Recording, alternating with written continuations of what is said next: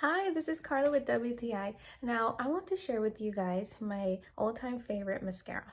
This is the Maneater from Tarte. And guys, this mascara, I will tell you, this is my third bottle of this because I just love it because as you can see from like the bristles, it has like a nice tiny bristles, but then can give you that volume that you need for your eyelashes. And one of my favorite thing is that it doesn't leave your lashes looking clumpy, and it just gives you the volume that you need, and also like volume and natural look. So let me show you how I use it. So as you can see, once I brush through my eyelashes, immediately my lashes have volume.